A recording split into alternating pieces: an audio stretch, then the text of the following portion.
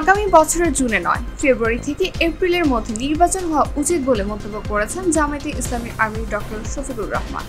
শনিবার ২৩ মে রাজধানী জেলা ও মহানগর পর্যায়ে আমির সম্মেলনে এই কথা বলেন তিনি। দীর্ঘ ১৪ বছর পর মগবাজারে এই জেলা ও মহানগর আমির সম্মেলনের আয়োজন করে জামায়াতে ইসলামী। উদ্বোধনী বক্তব্যে ক্ষমতাচ্যুত আওয়ামী লীগ সরকারের দুর্নীতি শ্বেতপত্র প্রকাশের দাবি জানান দলটির আমির। ডক্টর শফিকুর রহমান বলেন, আগামী বছরের এপ্রিলের মধ্যে নির্বাচন হওয়া উচিত।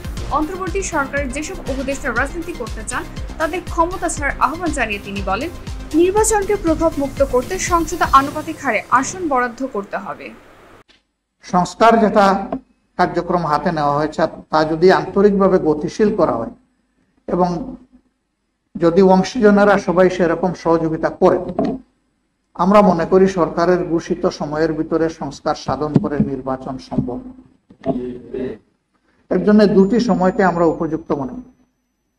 একটি হচ্ছে ফেব্রুয়ারি মাস সোজা শুরু হওয়ার আগে, আরেকটি হচ্ছে যদি কোনো কারণে এই সময়ের ভিতরে সংস্কারগুলো এবং বিচারের দৃশ্যমান প্রক্রিয়া জনমনে আস্থা সৃষ্টির পর্যায়ে না আসে, তাহলে ম্যাক্সিমাম এপ্রিল পার হওয়া উচিত নয়।